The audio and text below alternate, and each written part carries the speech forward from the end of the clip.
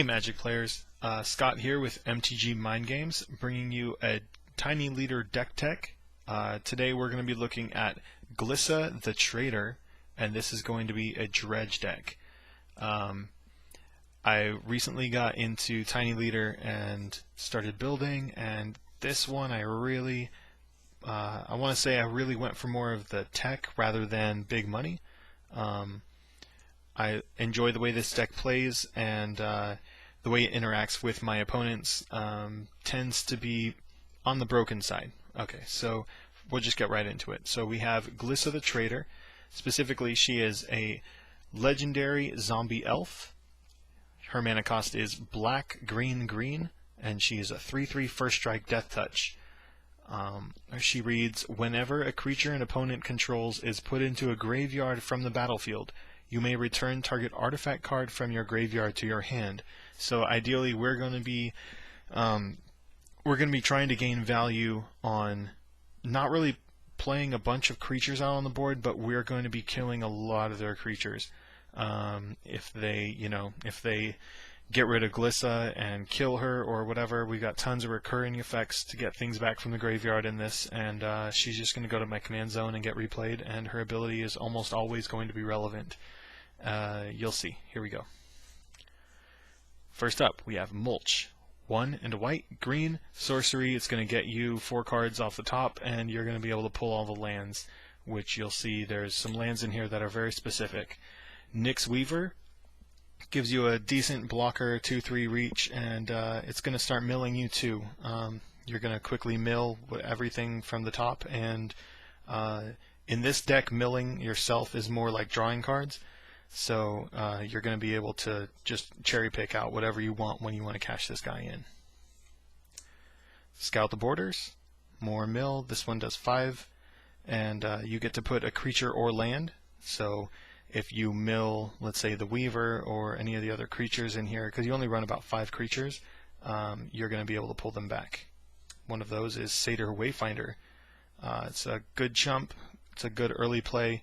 And when he enters the battlefield, you reveal the top 4 cards, and you get to put a land, or you just get to put a land from them into your hand. So you get to put 3 cards in your graveyard.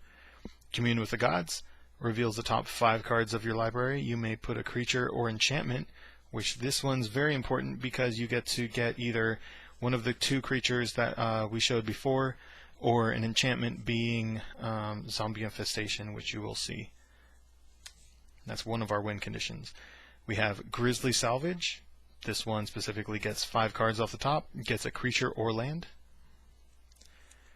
Then we have Unearth. This card really shines in this format. I mean, single black, just reanimating any creature from your graveyard with converted mana cost 3 or less. Just so happens that the entire format is converted mana cost 3 or less. So you can also cycle this if you don't need it and you don't have a creature in your graveyard, or you can allow your Glissa to go to the graveyard and just reanimate her. It's pretty nice. Reclaim, just really quick, 1 single green puts whatever card that's in your graveyard that maybe your engine's slow and you need that card because they got rid of it from your graveyard. Just put it back on top and draw it. Just do that at the end of their turn. Stitch Together. It's another good reanimation spell for when you're going to Threshold. You're just going to pay 2 black and put a creature from your graveyard directly into play. Treasure Find. Green and a black. Sorcery. Return a card from your graveyard to your hand. Exile it. So it's a one-time use, but the one-time use is very efficient. Next up we have... Here, let's try and get in focus here. Next up we have Hero's Downfall. This is going to work perfectly with your commander you want to kill their creatures so that you can get your artifacts back, and then we have recurring artifacts that just recur over and over and over. This will get the engine rolling. Also will get rid of a planeswalker. Putrefy, good at opposing artifacts, control, or opposing creatures to get that engine rolling again. We also have Maelstrom Pulse for the token matchup. Smother, another one that's almost ideal for the format. Converted mana cost 3 or less, can't be regenerated, it's just good. Abrupt Decay, similar, very similar. This one can't be countered. Now we start getting into some of the most degenerate stuff in the deck. We have Constant Mists.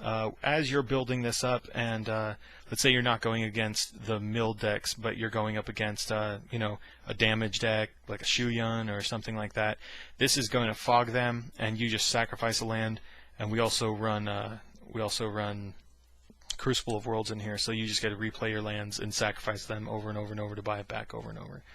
Alright, next up we have Zombie Infestation. This is the enchantment in the deck that's going to get you really far into your deck. You'll find that you'll have 1 or 2 pieces, and it's almost correct just to just start sacrificing things to this thing in order to get 2/2s out there. Now, when you chump block with an army of 2/2s, doesn't matter how many of your 2/2s you lose or zombies you lose. If one of their creatures dies, it triggers Glissa, so that way you can get your artifacts back and just get the chain rolling. Life from the Loam is probably my favorite card in the deck. This one will allow you to dredge 3 and return up to 3 lands, so you always have lands in your hand to sacrifice to this. Or if when you bring this back to your hand and you have the other lands, you just discard them to get a couple zombies every turn, and over the course of the turn you're locking them out, killing them all, and either attacking with Glissa or you're attacking with your zombies. It's extremely efficient. Now, if you end up having an army of zombies and kill their creatures, what better than to tap 2 zombies and this guy, after one of their creatures dies, triggering you to get an artifact back, and then you also get a 5/5. Game ends extremely fast at that point. When your artifacts are going to the graveyard, you will slowly drain them, drain your opponent with a Disciple of the Vault. This one is where you kill a creature, or for instance, this is just whenever an artifact goes to your graveyard, but the way this sequence is going to work is you have your commander out, you have your artifact that could kill something, and then you sacrifice it. The creature dies, triggering the returning of the artifact. The artifact went to the graveyard, they lost a life, and a creature died, so then you bring the artifact back, and then you can replay it and just keep that loop going. Scavenging Ooze. If you're going in against an opposing creature heavy deck, this is just nice to have some life gain. You're not really going to be exiling any of your cards from the graveyard. It's mostly for their graveyard, because you're going to be killing their creatures so frequently.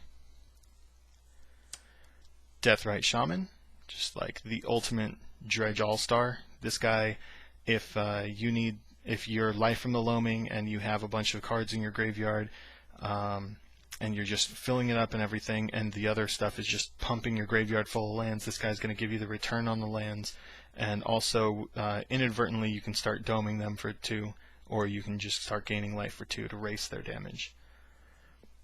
Okay, so now we're into some of the artifacts.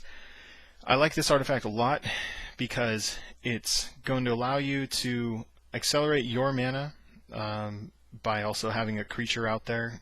This specifically has Death Touch, so it's guaranteed to block and kill one of their creatures, which will then, this will die and go to the graveyard. Sorry, you're looking at that. This will die and go to the graveyard, and upon that trigger, return this to your hand, and you can replay it and have this as a blocker again. So it's the ultimate defense, goes great with Glissa. Next up we have Golgari Signet, just really good for mana fixing. And here we start getting into some really intricate stuff. You got Commander Sphere. Now this thing, it's 3 mana, it's a rock, it'll tap for any mana of your commander's color, so this is essentially similar to a Golgari Keyrune or the Signet. But this one you can just sacrifice it to draw a card at any time. Now this will trigger the draw a card on Life from the Loam, which then you return Life from the Loam, and 3 other cards go into your graveyard, giving you either access to more artifacts, more lands with, you're just puking up your deck at this point. But this is really nice for that draw effect, so you don't have to wait for your turn to draw.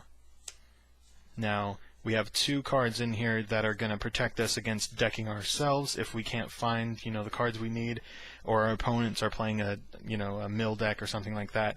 It's always nice to protect yourself against this, and inadvertently this deck will be able to protect against it very efficiently because your commander will return one of these artifacts from your graveyard to your hand, so you can play it and protect your graveyard and shuffle it back into your library. So we have Elixir of Immortality, gaining life and shuffling the library, and Feldon's Cane. Although this is a one-shot, you have to exile it after you use it. Next up we have Crucible of Worlds. Works great with all of the milling we're doing, and just to be able to get everything you need to be able to play cards and hit on curve. Now we have some of the removal. We have Moonglove Extract. For 3 mana, you get to sacrifice this to do 2 damage to a creature or player. So you'll play it, sacrifice it, kill their creature, get it back from your graveyard, and you can replay it, kill their creature over and over and over. The more efficient version of that would be Executioner's Capsule, unless obviously you're going up against a black deck.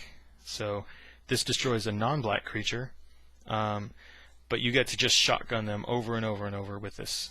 So like I said, you use Disciple of the Vault and you'll have inadvertent damage. It's all based off obviously the amount of mana you can do, but when you're talking about killing 3 or 4 creatures a turn, it gets pretty out of hand, and all of that just leaves the way for her to for Glissa to attack.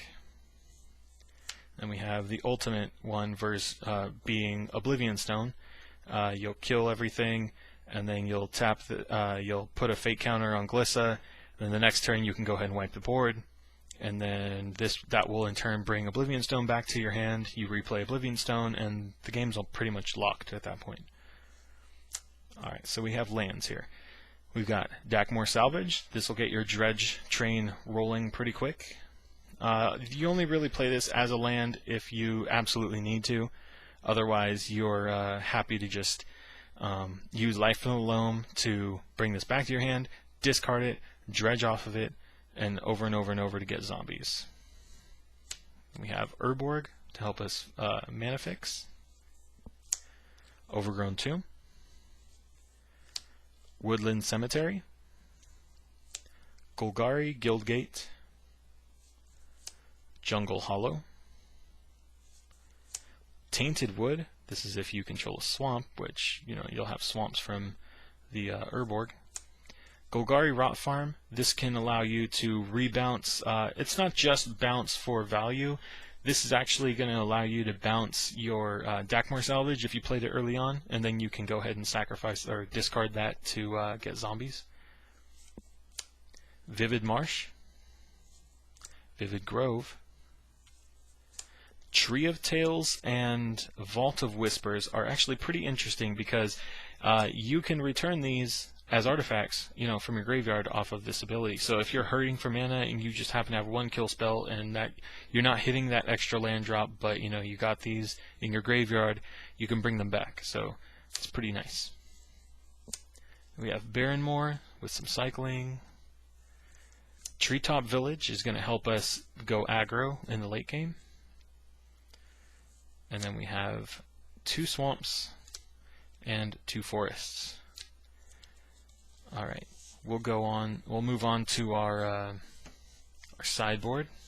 Now, my sideboard's not very techy. I just made a 60 card deck, and I kind of there were some cards that were just obvious cards you didn't need in the main deck. Some of those being like, maybe Maelstrom Pulse is one of those ones that could come out if you don't need it for tokens.